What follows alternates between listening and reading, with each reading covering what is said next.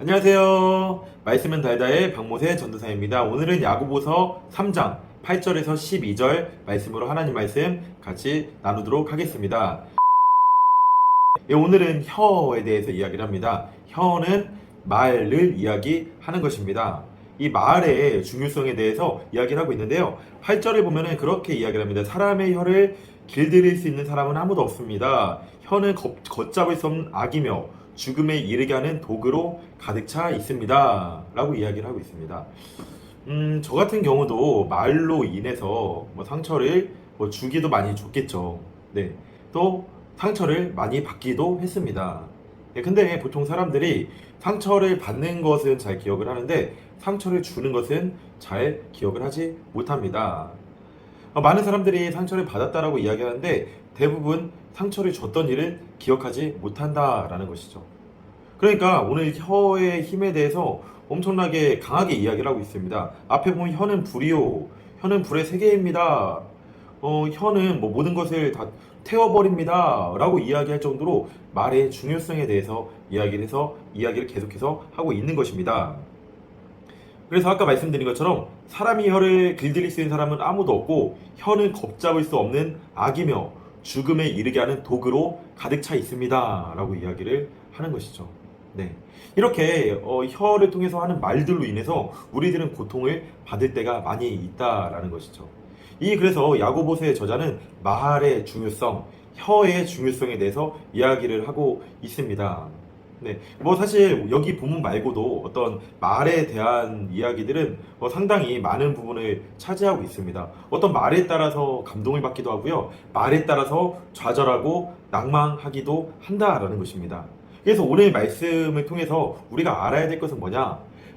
말을 할 때, 혀를 사용할 때 신중해야 된다라는 것이죠.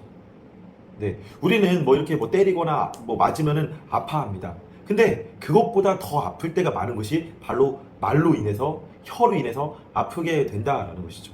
근데 우리가 그 혀로 인한, 말로 인한 아픔에 대해서 경각심을 갖지 못할 때가 많이 있습니다. 그래서 그냥 상대방을 배려하지 못하는 말, 그리고 상대방을 생각하지 않는 말, 그냥 내 마음에서 나오는 말들을 그냥 할 때가 많이 있습니다.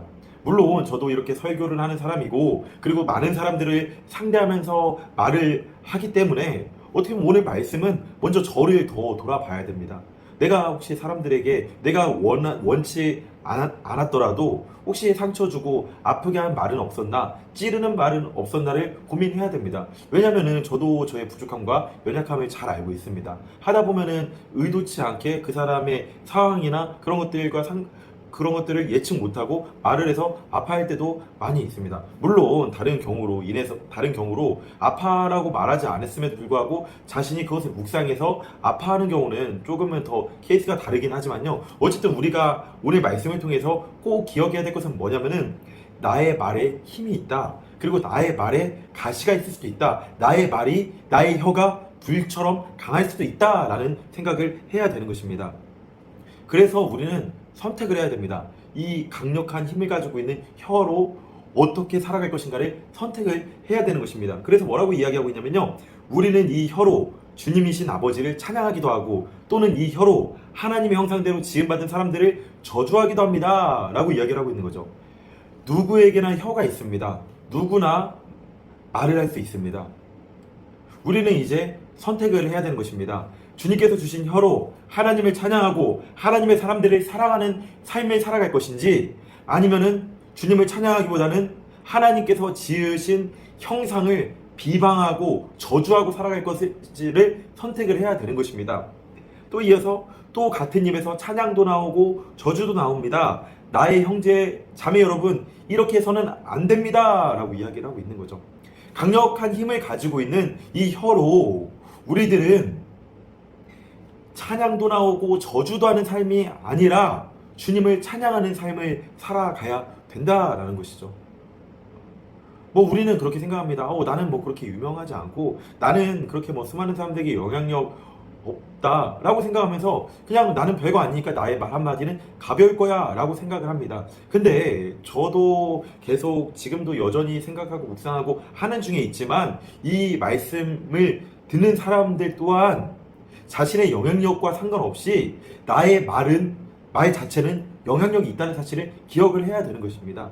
그 영향력 있는 입술 가지고 정말로 하나님을 찬양하고 하나님의 말씀을 나누는 삶을 살아갈 것인지, 아니면은 여전히 저주와 악독과 의도하든 의도치 않았던 원망하고 불평하는 삶을 살아갈 것인지에 대해서 우리가 고민을 해봐야 되는 것입니다. 주님께서는 우리에게 그렇게 말씀하셨어요. 너희의 말이 내 귀에 들린 대로 행하겠다. 저도 때로는 우리 아이들이 저에게 어떤 아빠는 왜 안 들어와요, 아빠는 왜 이거 잘 안 해요, 이런 말을 들으면은 참 마음이 속이 상합니다. 왜 속이 상한? 내가 어떻게 해줄 수 없는데 그렇게 이야기를 하니까. 물론 더 노력을 하겠죠.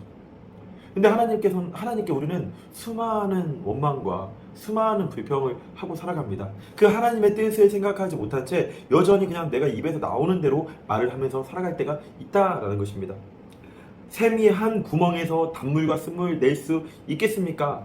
무화과나무가 올리브 열매를 맺거나 포도나무가 무화과나무 열매를 맺을 수 있겠습니까? 마찬가지로 짠 샘은 단물을 낼 수 없습니다 라고 이야기를 하고 있는 것입니다. 여러분들은 누구의 자녀이십니까?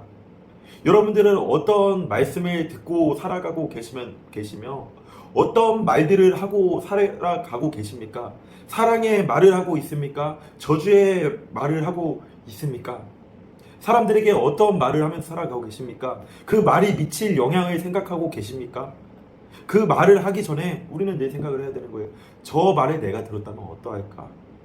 오늘이 아니죠. 행동에 대해서 이야기하고 오늘 언어에 대해서 이야기를 하고 있습니다. 왜 굳이 야고보는 왜 말과 행동에 대해서 이야기를 하고 있을까요? 행동만큼이나 영향력이 있는 것이 말이라는 것입니다. 그래서 여러분들이 정말로 하나님의 백성으로서 하나님께서 기뻐하시는 말, 하나님께서 원하시는 하나님을 찬양하는 삶, 하나님의 형상을 비방하는 삶이 아니라 하나님의 형상을 사랑하는 삶을 살아가시기를 바라고 소망합니다. 할렐루야.